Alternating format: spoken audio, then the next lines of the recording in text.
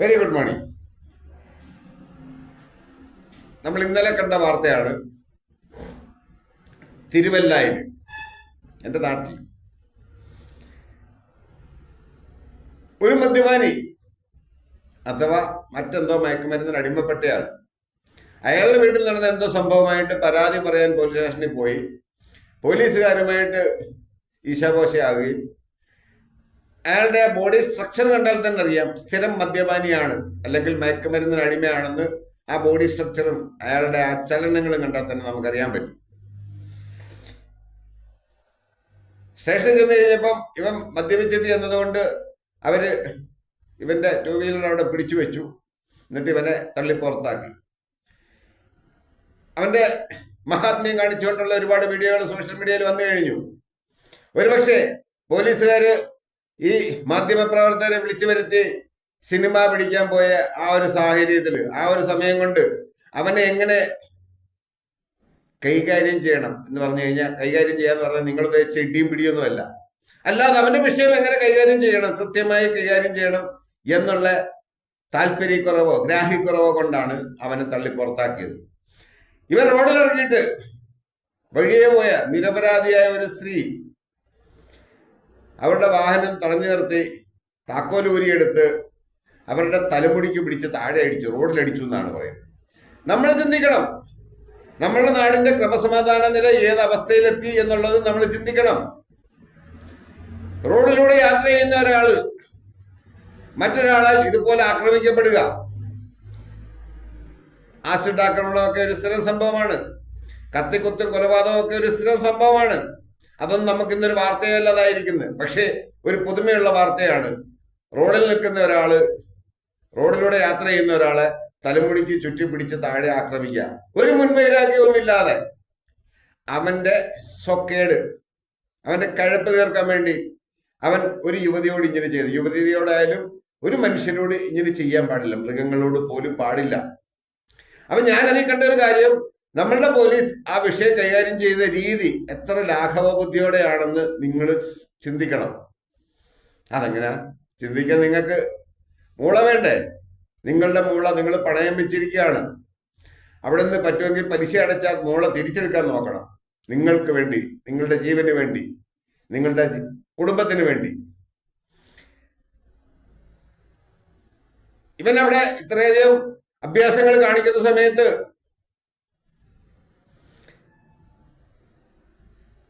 രണ്ടോ മൂന്നോ ക്യാമറ സ്റ്റാൻഡുകൾ ആ പോലീസ് സ്റ്റേഷന്റെ മുമ്പിലുണ്ട്. അപ്പൊ അതിന്റെ അർത്ഥം അത്രയും മാധ്യമപ്രവർത്തകർ അവിടെ ആ സമയത്തുണ്ട്. അവരെ വിളിച്ചു വരുത്തിയ പോലീസ് ഈ സാഹസം കാണിക്കുന്നതിന് മുൻപ് ഇത്തരം കേസുകൾ വന്നാൽ എങ്ങനെ കൈകാര്യം ചെയ്യണമെന്ന് പഠിക്കണം. ഞാനൊരു ചെറുകഥ പറയാം. എനിക്ക് തോന്നുന്നത് 91, 92 കാലഘട്ടത്തിലും കണ്ടു, കൃത്യമായിട്ട് ഓർക്കുന്നില്ല, 92 തോന്നുന്നു. ഞാൻ ഡൽഹിയിലെ ഞങ്ങളുടെ കൊട്ടേഴ്സിൽ താമസിക്കുമ്പോൾ അവിടെ സ്ഥിരമായിട്ട് സ്ത്രീകളുടെ വസ്ത്രങ്ങൾ മോഷണം നടത്തുന്ന ഒരു വിഭാഗം ആൾക്കാരുണ്ട്. മോട്ടിച്ച് കൊണ്ടുപോയി കിട്ടുന്ന വിലയ്ക്ക് വിൽക്കുകയാണ് ചെയ്യുന്നത്. പിന്നെ ഞരമ്പ് രോഗത്തിന്റെ ഭാഗമായിട്ട് മോട്ടിക്കുന്നവരുമുണ്ട്.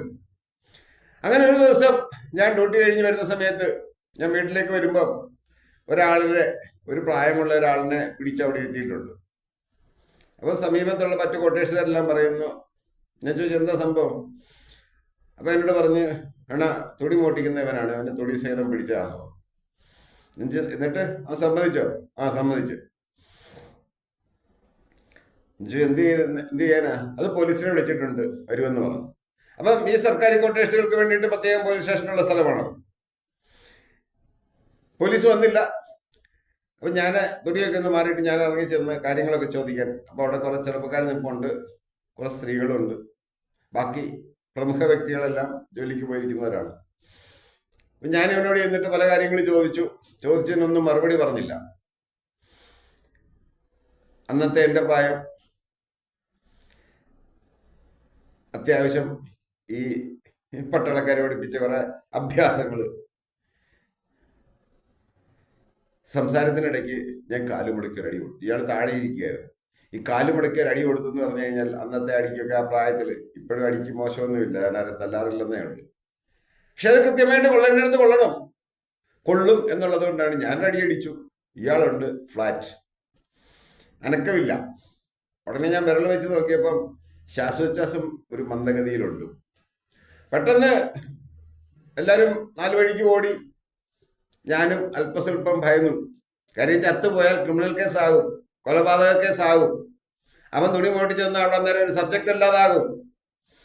അങ്ങനെ അടുത്ത് അതിനോട് ചേർന്നുള്ള ഫ്ലാറ്റിലെ സ്ത്രീ പോയി വെള്ളം എടുത്തിട്ട് വന്ന് ഇവൻ്റെ മുഖത്ത് വെള്ളമൊക്കെ തെളിച്ച് ഒരു അരമണിക്കൂർ കഴിഞ്ഞ് ഇവൻ എഴുന്നേറ്റ്. ഞാൻ പോക്കറ്റിൽ നിന്ന് ഒരു 100 രൂപ എടുത്ത് അവൻ്റെ കൊടുത്ത് കൈ തൊഴുതൊരു സോറിയും പറഞ്ഞ് ഞാൻ എൻ്റെ വീട്ടിലേക്ക് മടങ്ങി. ആ സമയത്ത് അവനോടൊന്ന് പോവുകയും ചെയ്തു. അവിടെ കൂടി നിന്ന മറ്റു സ്ത്രീകളൊക്കെ 50-100 രൂപ അവന് കൊടുത്തു. അപ്പൊ ആ ആക്രമണം കൊണ്ട് ഞാൻ പഠിച്ചൊരു പാഠം, മദ്യപാനികളെയും മയക്കുമരുന്നിന് അടിമപ്പെട്ടവരെയും കൈകാര്യം ചെയ്യാൻ പാടില്ല, കായികമായി കൈകാര്യം ചെയ്യാൻ പാടില്ല. ചെയ്താൽ അവർക്ക് എന്ത് സംഭവിക്കുന്നുള്ളതിന് ഒരു ഉറപ്പുമില്ല. ഈ വിഷയം ഞാൻ അന്ന് അവിടെ ഇരുന്ന സ്റ്റേഷൻ, അന്ന് എസ് ഐമാർക്കാണ് ചാർജ്, സ്റ്റേഷന്റെ ചാർജ്. ഞാൻ എസ് ഐമായിട്ട് സംസാരിച്ചു. ഒരു ചെറുപ്പക്കാരനാണ്.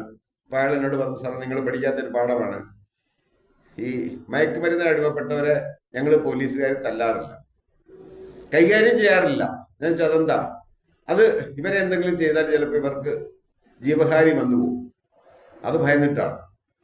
ഞാൻ അന്ന് പഠിച്ച ആ ഒരു പാഠം ഒരു പക്ഷേ നമ്മളുടെ നാട്ടിലെ പോലീസിനൊക്കെ ഇതൊക്കെ ഇത്തരം പാഠങ്ങൾ പഠിപ്പിച്ചു കൊടുക്കേണ്ടതാണ്.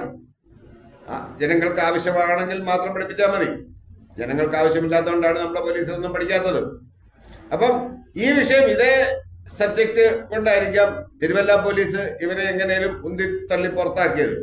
പക്ഷെ ഉന്തിത്തള്ളി പുറത്താക്കിയിട്ട് ഇവൻ പോയി കാണിച്ച അക്രമം, ഈ അക്രമം എല്ലാം കഴിഞ്ഞതിന് ശേഷം ഇവനെ മെഡിക്കൽ പരിശോധനയ്ക്ക് പോലീസ് കൊണ്ടുവന്ന സമയത്ത് ഇവന്റെ കയ്യിൽ വിലങ്ങ് വെച്ചിട്ടുണ്ട്.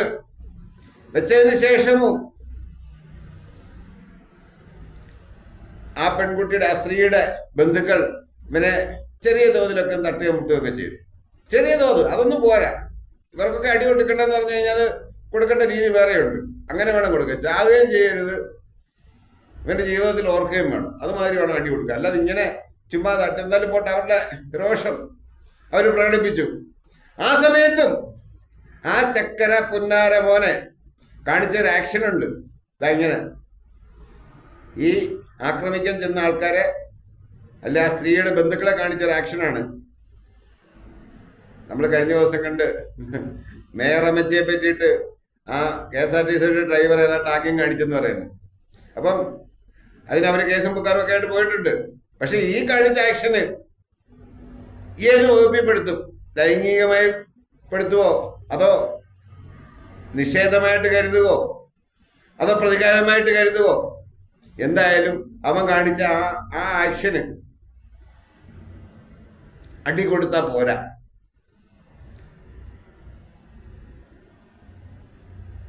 ഒപ്പം എടുത്തു പറയേണ്ട ഒരു കാര്യം, ഇത്തരം സംഭവങ്ങൾ ഉണ്ടായി കഴിഞ്ഞാൽ ജനങ്ങൾ കൈകാര്യം ചെയ്യുന്ന ഒരു രീതി ഞാൻ അതിനെ സപ്പോർട്ട് ചെയ്യുന്നില്ല എങ്കിൽ പോലും നമ്മളുടെ നാട്ടിലെ അവസ്ഥ അനുസരിച്ച് ഇത്തരം സാഹചര്യങ്ങളിൽ ഇത്തരം ക്രിമിനൽസിനെ അത്യാവശ്യം ചെറുതായിട്ടെങ്കിലും കൈകാര്യം ചെയ്യണം. സൂക്ഷിച്ചു കണ്ട് ചെയ്യണമെന്നേ ഉള്ളൂ. ചത്തുപോകരുത്. ബാക്കി അംഗഭംഗം വന്നാൽ പോലും കുഴപ്പമില്ല. അത് പറയാൻ കാര്യം, ഞാൻ പണ്ട് കാലത്ത് ഇടപെട്ട ഒരു കേസിൽ കഥ പറഞ്ഞിട്ടുണ്ടെന്ന് തോന്നുന്നു. ഇവിടെ ഈ കഥയല്ല, ഒരു മന്ദബുദ്ധിയായിട്ടുള്ള ഒരു പെൺകുട്ടിയെ അവിടുത്തെ ഒരു പ്രമുഖ പാർട്ടിക്കാരൻ പീഡിപ്പിച്ച ഒരു സംഭവം ഉണ്ടായിട്ട് ലാസ്റ്റ് ഞങ്ങൾ വളരെ കഷ്ടപ്പെട്ടാണ് അവനെ ട്രാപ്പ് ചെയ്ത് പിടിച്ചത്. അന്ന് അവിടെ ഇരുന്ന ചെങ്ങന്നൂരിലെ CI, ഒരു സർക്കിൾ ഇൻസ്പെക്ടർ, ഒരു പ്രസന്നകുമാർ ഉണ്ടായിരുന്നു. അപ്പൊ ഇവനെ കൊണ്ട് തെളിവെടുപ്പിന് വരുന്ന സമയത്ത് എന്നോട് പറഞ്ഞ് അവിടെ വരെ ഒന്ന് വരണം, കോളനിയാണ്, ആൾക്കാർ പ്രകോപിതരാകുമോ എന്നൊന്നും അറിയില്ല, പക്ഷെ ഇവനെ ആക്രമണം ഉണ്ടാകുമെന്നൊരു റിപ്പോർട്ട്, സ്പെഷ്യൽ ബ്രാഞ്ചിന്റെ റിപ്പോർട്ട് ഉണ്ടെന്ന് പറഞ്ഞു. അങ്ങനെ ഞാനും അവിടെ പോയി നിൽക്കുന്നു. ഞാൻ അവിടെ ചെല്ലുന്ന സമയത്ത് 200ഓളം ഹിജടകള്, ആണും പെണ്ണും കെട്ട ആൾക്കാര് അവിടെ നിൽപ്പുണ്ട്.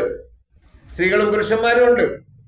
ഇവരെ കൊണ്ട് അവിടെ വന്ന് ഇറങ്ങി അവർ തെളിവെടുപ്പെല്ലാം കഴിഞ്ഞ് തിരിച്ചു കൊണ്ടുവന്ന് വണ്ടിയെ കയറ്റുന്നവരെ ഈ നിന്ന സർവ്വ ജനങ്ങളും കഥ കണ്ടുകൊണ്ട് നിൽക്കുകയാണ്. സിനിമ കണ്ടുകൊണ്ട് നിന്നതല്ലാതെ ഏകദേശം 1-1.5 മണിക്കൂറെടുത്ത് അവിടുത്തെ തെളിവെടുപ്പും മാസ്റ്റർ തയ്യാറാക്കലും എല്ലാം കഴിഞ്ഞ് പോയി ഇവരെ തിരിച്ചു കൊണ്ടുവന്ന് അവര് ഇടിവണ്ടിയെ കേട്ടിട്ട് ആ സി ഐ എന്നോട് ചോദിച്ചൊരു ചോദ്യമുണ്ട്, ഇത്രയും നപുംസകങ്ങൾ ഇവിടെ നിന്നിട്ട് അവനിട്ട് രണ്ടടി കൊടുക്കാൻ ഒരുത്തം പോലും തയ്യാറായില്ലല്ലോ എന്ന്.